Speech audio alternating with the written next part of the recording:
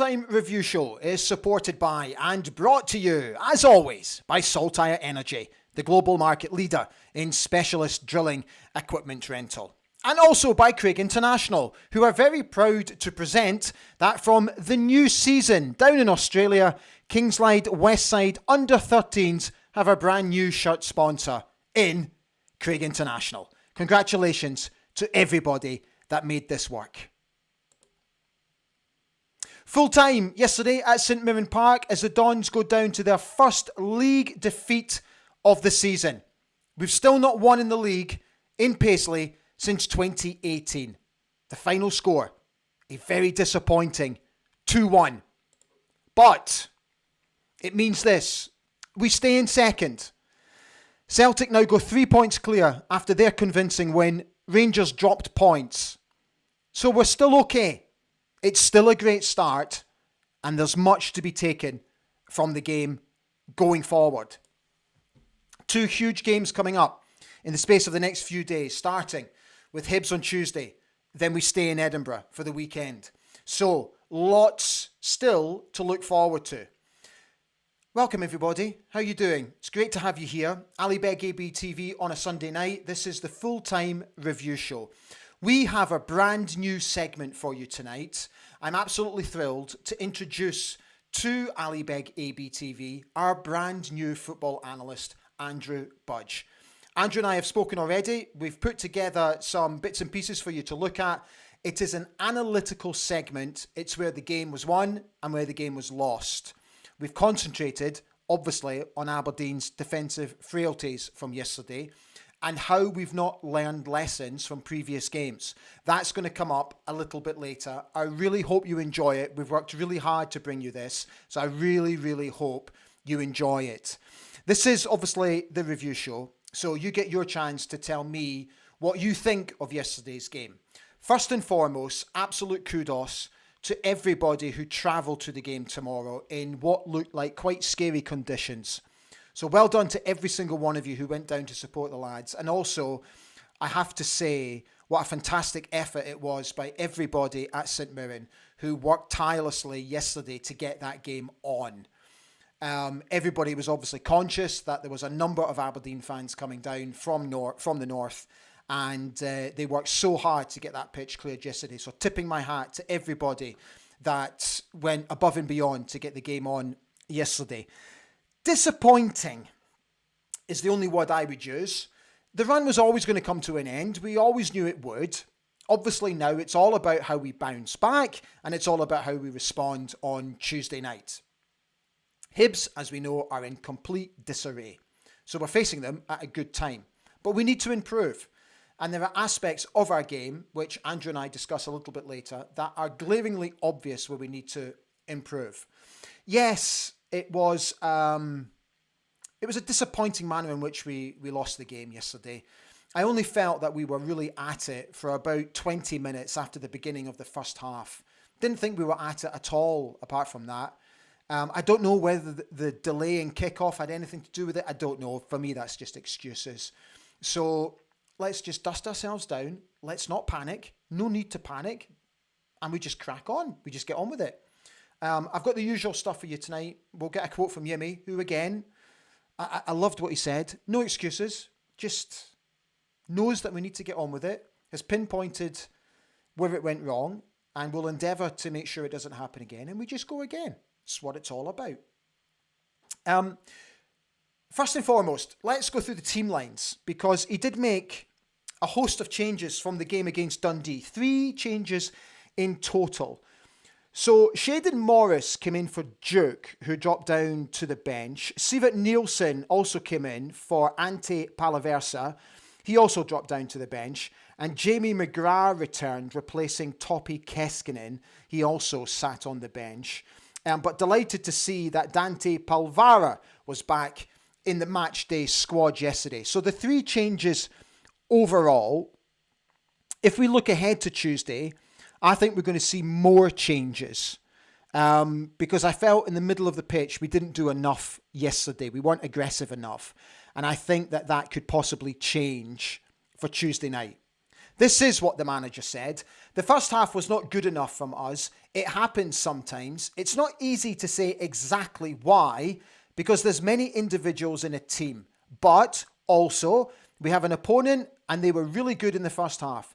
I don't want to overanalyze because I know we have done really good things this season. He went on to say, the most important thing is what happens in the next game and how we learn from this game. It's easy to find something in games that you're not happy with, but also remember the good things the players are doing. I know how good they are, how they train every day, and how many times they have saved us. So I love the fact that he continues to look at the positives from what we're doing this season, and let's hope it doesn't have too much of an effect on us as we go to Edinburgh in the next few days. So before we get Andrew on and before we do the analysis and before we do the stats, let's get your thoughts on, first of all, just see how you're all doing. Right, Kaiser came on, first of all. He says, fit like everybody, sore one yesterday to say the least. Can't be bothered, says, finally, I get the chance to moan. It's been a weird feeling being an Aberdeen supporter recently. Malloy surely needs benched and Angus brought in for Tuesday, he says. He also came back to... sorry, you're talking to Kaiser. Colin Gale says, it's always disappointing to lose a game, but it was going to happen at some point. Let's brush ourselves down and concentrate on winning both games in Edinburgh and keeping ahead of Rangers. Gordon Keith Ritchie says, good evening. We were poor yesterday, probably only played about 20 minutes at the start of the second half, but after last season, everyone would have taken our start time to reflect and get on. Come on, you Reds. Colin Gale says the defeat will relieve the pressure of being on a long unbeaten run. I believe McDonald was injured on Saturday for anybody suggesting he should have started. That's correct. He had a little niggle.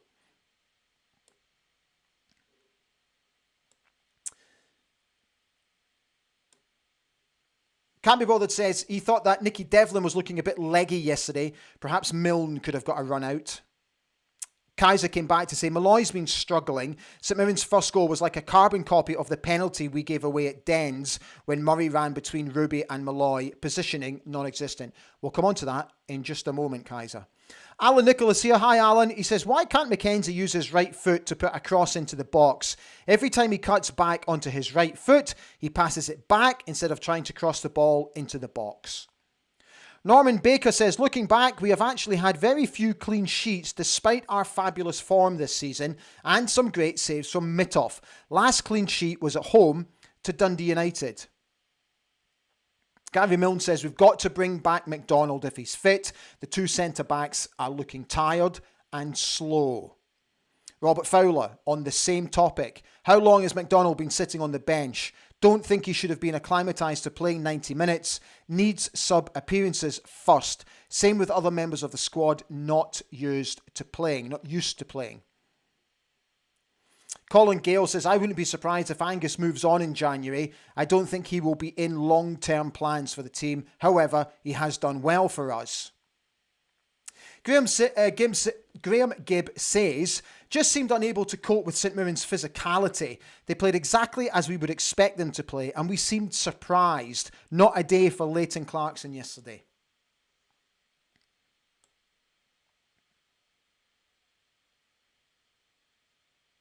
Graham Gibb came back to say that he agrees about Angus, but he's unlikely to be fit on Tuesday, if not fit for Saturday.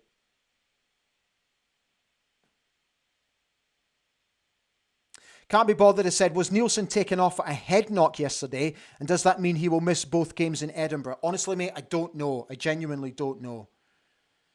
Kaiser says, think so. That means he'll be unavailable to play on Tuesday. At least Palaversa will get a start now. Graham Gibbs said he seemed fine. Palaversa was always coming on after we lost the midfield. Debate was for Shinnie, who got booked, or Nielsen. Suspect head knock, made up to Lean's mind. By the way, that was a corner, not a goal kick. Sue says, evening dandies, disappointing right enough, but it's how we respond that's important now. Stuart Cleary says, St Mirren were physical as we all knew how they'd play and we couldn't cope. 2 sloppy goals conceded, but we move on and hopefully pile the misery even more onto Hibs. Paul Heard says, we're clearly sticking to the same tactics come what may. For instance, zonal marking at corners and not leaving an outlet upfield. Makes it very easy for the opposition. Need to shake it up at times. Again, we'll come on to that, Paul, in just a moment. Neil's on saying hi. Phil McLean says, we were going to drop points at some point. Phil, just while you're on, thank you for renewing your membership here on Ali Beg ABTV. Delighted that you did. And again, very grateful for your support as always. If you'd like to become a member, there's some perks here and there of doing that. It's a small financial commitment, very small, but it just means that we can continue to build the channel, as you will see in just a moment. So thank you, Phil. Jack Bruce says, hey ho, start again on Tuesday. The international break didn't help, ruins the momentum of the team. Thank God we don't have to worry about that until March. Gavin Wilson says, good evening, everybody. As much as it's disappointing to lose the 2 goals, which were poor, Ruby couldn't get in front of the scorer and nobody seems to cover the scorer from the corner. Much to learn. Neil, I'm talking about the long ball. Scott W says, I'm not overly disappointed by the result. We were always going to lose games this season. We just brush ourselves down and go again on Tuesday night. Lee Taylor says, Shodimo, impact sub for me, and that's with the greatest respect to him. I see it as a positive. Nobody can affect the game like he does off the bench.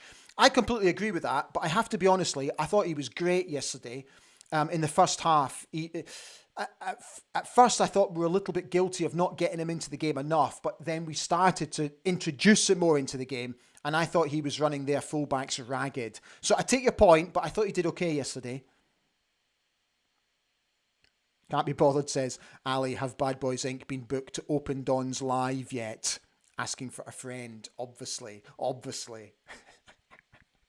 And you'll be delighted to know that we haven't. And we won't either.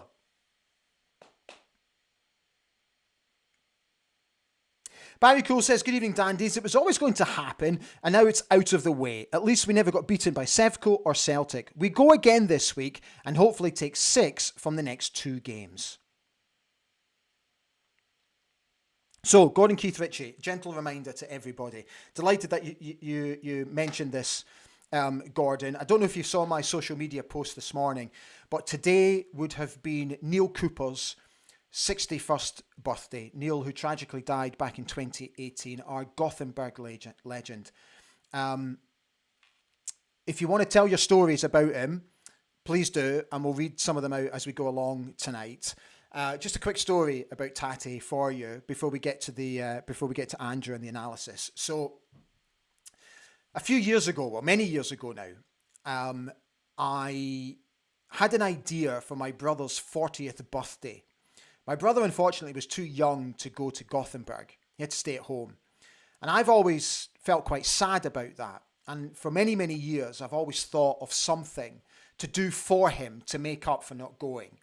So I came up with this idea to get a Cup Winners' Cup replica shirt and get it signed by every member of the playing squad and the boss, Sir Alex, which thankfully I was able to do. The last signature that I needed was Neil Cooper's. So I was working for Setanta at the time, and every couple of weeks I was coming up with a journalist or a reporter or a commentator so that I could go to the games. For 3 seasons, I never missed an Aberdeen game, home and away. So I was telling my boss that it was my brother's birthday coming up. I was running out of time, and I desperately wanted Neil Cooper's autograph. And he said to me, he's going to be our studio guest in about 3 weeks' time up at Pittodrie. I was like, oh my God, perfect. So I'd never met Tate before, never met him before. And I was so looking forward to meeting him. So drove up, and they did the rehearsals, and the studio was free for half an hour or so. So my boss said, you can jump in now and go and get his autograph. So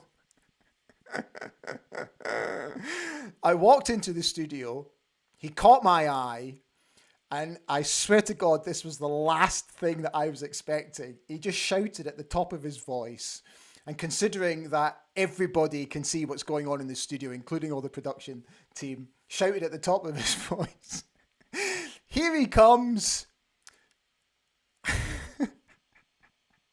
The poor man's Gary Barlow. As you can imagine, my knees buckled for laughter. I had genuinely, absolutely no idea that he knew anything about me being in the band and all that kind of stuff. So met him, got the autograph, had a natter for a few minutes, and became pals after that. Just one of the funniest and nicest guys I've ever had the pleasure of meeting. To this day, his live Facebook posts are so missed. Do you remember when he used to post live on Facebook his nights out in the town? Honestly, it was so funny in a nightclub or wherever, in a bar somewhere, and the phone would be up in the air and you just see the top of people's heads dancing. Oh, Tatty, you are so missed. Dearie me. Right, John Helm's on saying good evening. Hi, John, how you doing? Right, let's get to Andrew Budge.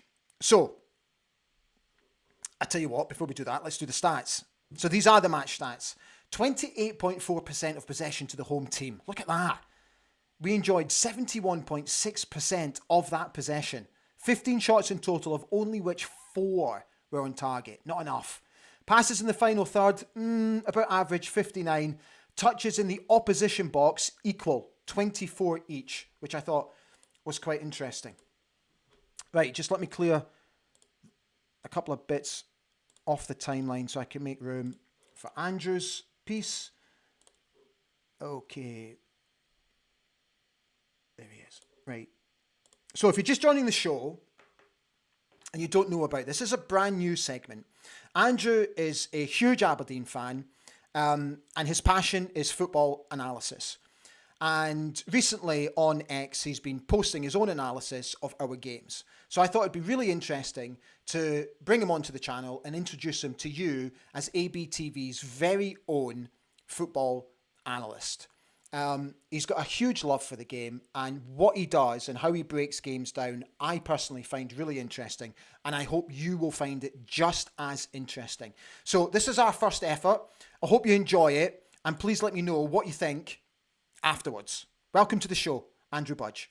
Andrew, it's great to see you. Thank you so much for coming on, and many thanks for being a regular contributor here on ABTV. I'm delighted to have you here. First and foremost, I know you were at the game yesterday. Just give us your general thoughts before we really get into the analysis. Yeah, so again, thanks for having me on. It's a real pleasure. I thought St Mirren started the game really well. They were really aggressive, and they really just didn't let us settle at all, to be honest. Pushed really high, but at the same time, I think we were just guilty of just being pretty slow in build-up. Our passing was maybe a bit safe, and we really struggled to play through. St Mirren, as they often are, they were very aggressive, very direct, and I think we were sadly guilty of some pretty poor defending. There were some nice patterns of play at points, but I just didn't think we had the final ball yesterday. But yeah, an unfortunate result. So you mentioned our defensive frailties, and once again, we've been caught out by this long ball. Yeah, I know it's so frustrating. Again, in this example, we push high, how we often do under Tulane. The ball goes back to Balcom, the St Mirren goalkeeper, and it goes long. Again, Rubizic and Malloy, they look well positioned to deal with it, but they let the ball bounce, and Olasanya is just clean through on goal. What really frustrated me about it was a real lack of aggression in how we defended there. I appreciate sometimes the ball bounces. It's quite a difficult ball to clear, but we've not really put him off his run or really give him any shoulder barge or really tried to disrupt his run. He's found a gap between the two defenders, and he's clean through on goal. Yeah, really frustrating. And where you've pointed out, which is one of the reasons why you're here, Andrew, is that you've given us an example that we didn't learn our lessons from the corresponding fixture. Yeah, I know. It's very frustrating. A similar example just from the reverse fixture in August. Once again, St Mirren go direct as they often do. And again, it's Olasanya in behind, who's tightly marked by Malloy, but he just fails to deal with the bouncing ball. Rubizic again is really struggling, and the striker just outmuscles both of them. Rounds me off and fishes into an empty net. But again, as you said, we've just not learnt our lesson. And I think we're going to have to, if we're facing strikers that are paced like Olasanya, one just might have to drop deeper a little bit and really preempt these sort of attacks, because it's really frustrating. Talking about not really learning our lessons from previous games, the second goal yesterday, again, you've picked out an example from the Scottish League Cup semi-final where it's almost an identical at the back stick header. Yeah, yeah. We've really struggled with some of defending corners this season, particularly sort of in swingers right to the back post. Yesterday, it's Taylor rising high above our defenders who were pretty statuesque. A really similar example, as you said, in the semi-final against Celtic. That time it was Carter Vickers. So we're marking zonally. There's benefits to zonal marking. There's benefits to man marking. But what we see here is that, particularly for the goal yesterday, the box is just flooded with players, particularly Aberdeen players. There's I think I can count 8 there. And it gives Mitov not much opportunity to try and claim the ball. I think where the ball is being delivered to, anything in the 6 yard box, it really should probably be the keepers to come out and claim. But when you've got that many bodies there, you're not giving them much opportunity to. The same can be said for the example at Hampden. It's a really great delivery from Engels to the back post, but it's deep in the 6 yard box. So I'd really want my keeper to come and claim it. But in that example, as I pointed out, he's got Maeda in front of him, and nobody's really picking up to that and sort of shoving Maeda out the way. We've got Mitov being far too preoccupied with the Celtic player in front of him, and it's really pain. To be honest, it's a difficult one. Okay, we've got two important games now coming up in Edinburgh, in the capital. Let's finish this segment on a positive note.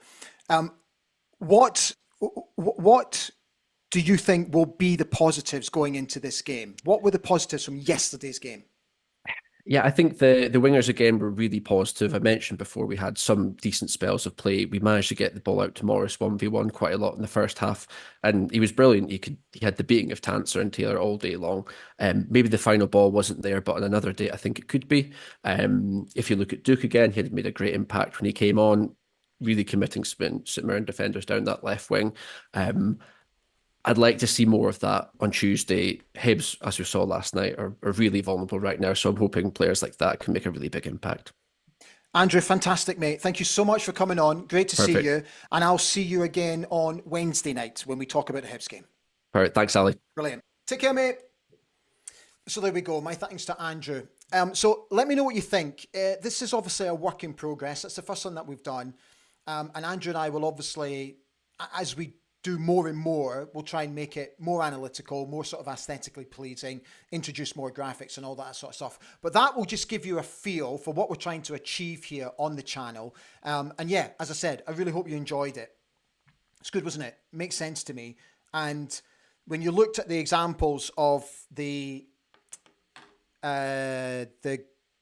what was it now?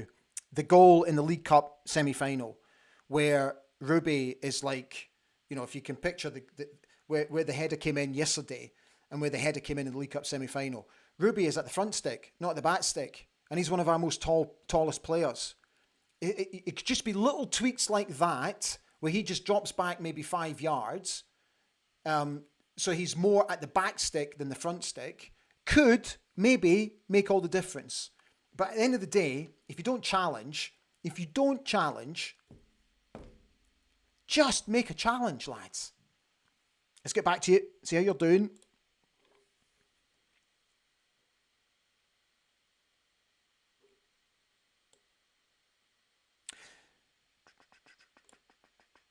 Okay. Yeah, I saw this yesterday. A few of you posted about this, which was not too clever.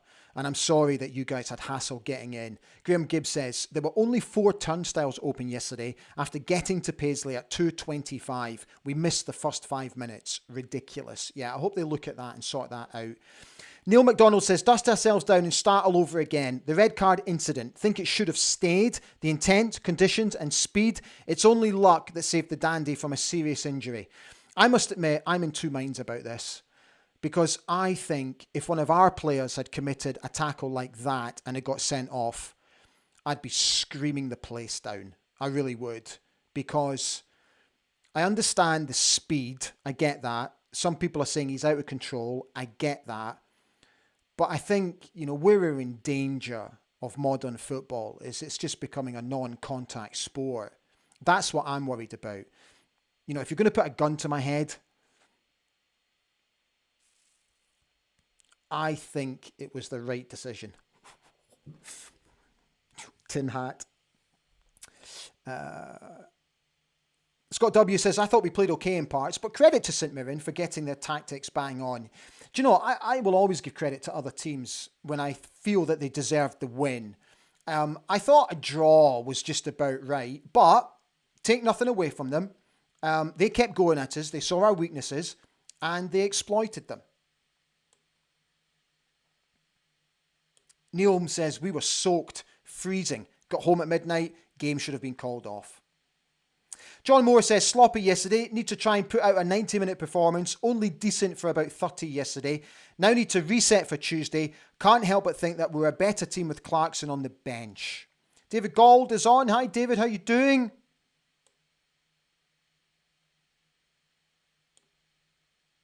Yeah, some of you, in fact, there's quite a few of you on a little bit worried about Leighton. Scott W says there'll definitely be changes on Tuesday, maybe 3.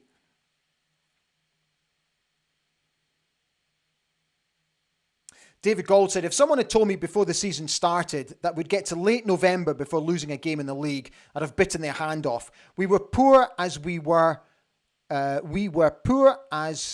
them really. They just did a bit more to claim 3 points. Yeah. Graham Gibb also makes the point, thought it was very harsh when the St Mirren fans were booing Morris every time, Shaden, after the incident with Gogic. Like, why?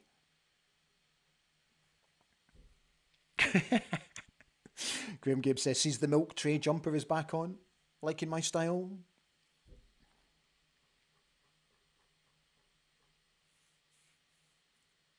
Scott W says about the incident, it was never a red card. The boy very clearly won the ball. We have to applaud officials when the correct decision is made.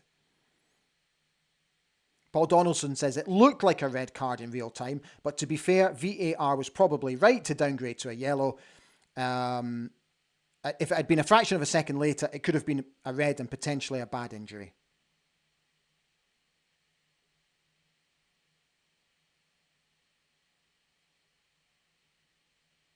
Sue says she didn't think it was a red. David Gold Raleigh said he didn't think it was a red.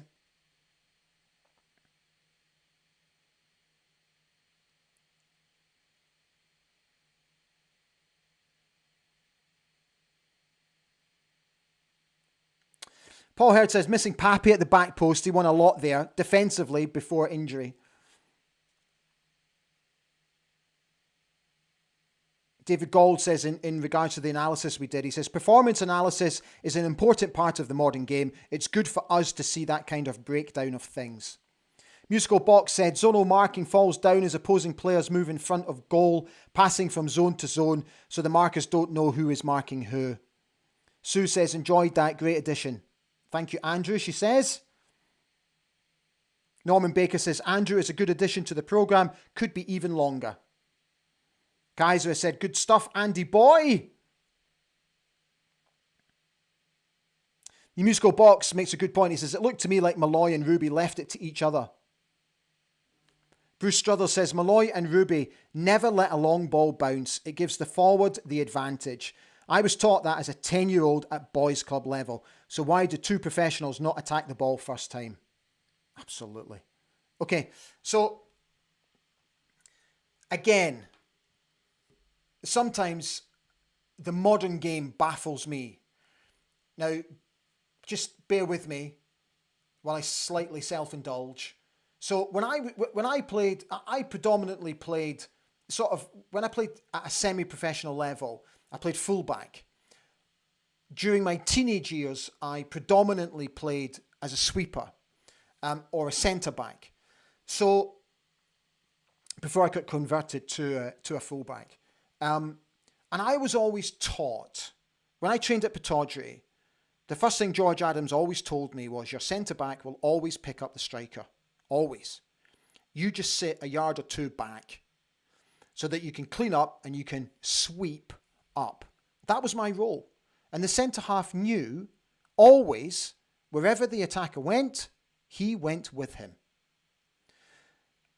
And what I don't understand yesterday about Ruby and Malloy was the fact that the 2 of them were stood next to each other when the long ball came over.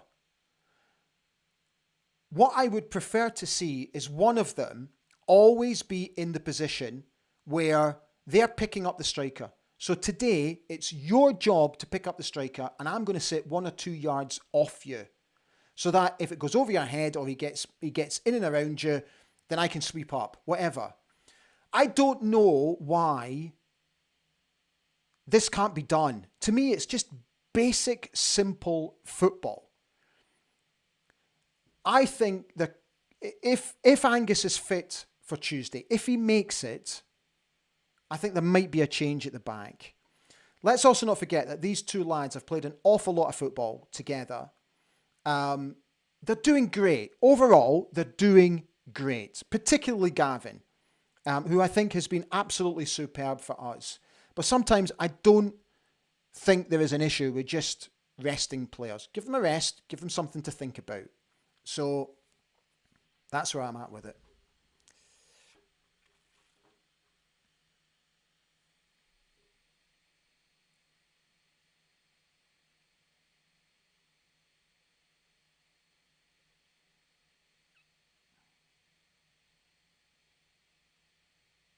Okay.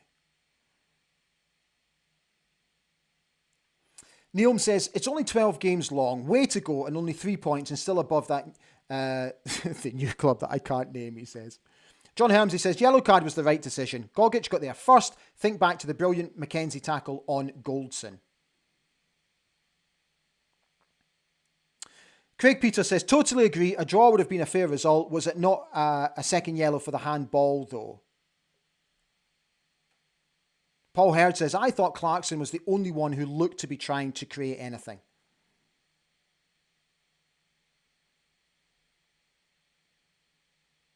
Bruce Strother says, Ali, totally agree. McLeish attacked the ball, Miller swept up. Basic, but brilliant. Kaiser said, the defending was awful, but the rest of the team weren't much better. We created very little. Right, guys, we're going to call it a night. We've done nearly 35 minutes. Thank you so much for coming on. Always much appreciated.